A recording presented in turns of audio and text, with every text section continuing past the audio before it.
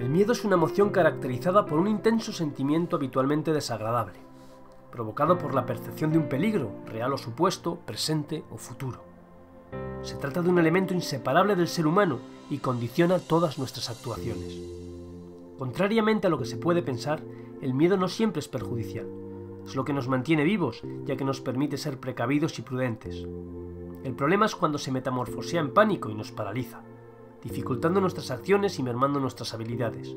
En ese momento, nuestros temores se transforman en los muros de una cárcel que nos recluye y nos hace perder la libertad. Por lo tanto, es bueno que diferenciemos el miedo que aporta prudencia y el miedo que se convierte en pánico. En la situación actual, son muchos los miedos pánico que pueblan nuestra mente. En la mayoría de los casos, hablamos de miedos que autogeneramos y que no son reales, que parten de lo que el budismo denomina engaños, es decir, maneras distorsionadas de percibirnos a nosotros mismos y al mundo que nos rodea. Si nos esforzamos en controlar nuestra mente y reflexionamos sobre aquello a lo que tememos, conseguiremos acabar con la mayoría de los miedos que nos oprimen. El budismo habla también de un miedo impropio y un miedo apropiado. En el primer caso, tenemos miedo a algo que no puede perjudicarnos o que no podemos evitar, como los insectos o la muerte.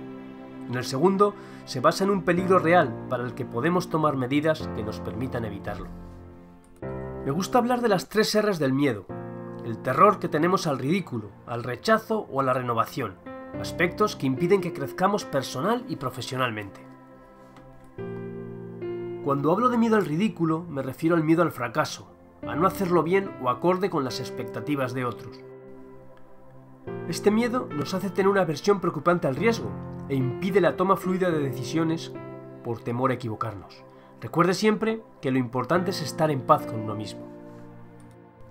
La siguiente R es el miedo al rechazo. El miedo a no ser admitido dentro de la manada, a que nos dejen de lado, hace que nos centremos en la normalidad y evita que desarrollemos todo nuestro potencial. Impide ir a contracorriente y guiarnos por nuestras propias convicciones. Por último, el miedo a la renovación, el miedo al cambio, a salir de la famosa zona de confort, debido al desconocimiento que genera. Esta modificación puede suponer una pérdida de control de aquello que nos rodea.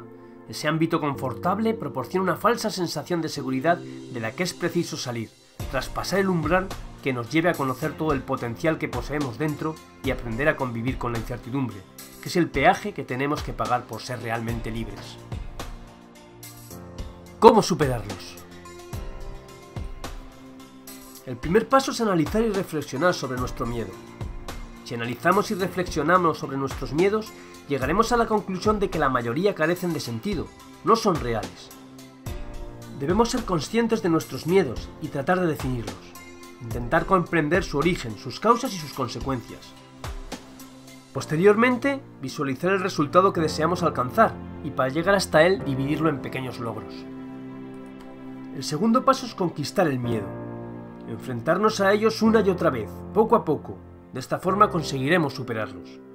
Olvidar el qué dirán o el miedo al fracaso, pensar que todo es relativo. Aprender de todo y de todos, prepararte al máximo para aumentar la seguridad en ti mismo y recordar que el miedo siempre estuvo muy relacionado con la ignorancia. Y por último, debemos aprender a convivir con ese miedo, entrenar la confianza y el autocontrol, controlar tu mente y dominar los miedos. Como expone el budismo, no es posible controlar todas las circunstancias externas, pero si solo controlo mi mente, ¿qué necesidad tengo de controlar lo demás? Un compromiso fuerte y profundo con algo o alguien permite convivir mejor con ese miedo. Aunque sigue estando allí, nos aporta motivos sólidos para obviarlo y continuar hacia adelante. Como hemos visto, el miedo es inherente a la vida, forja nuestra forma de ser y nos enseña a actuar con valentía. Trabajar la confianza en uno mismo mejorará ostensiblemente nuestra respuesta al miedo. No se trata de no tener miedos, se trata de aprender a enfrentarnos a ellos. Pues como dijo Nelson Mandela, no es más valiente aquel que no tiene miedo, sino el que sabe cómo conquistarlo.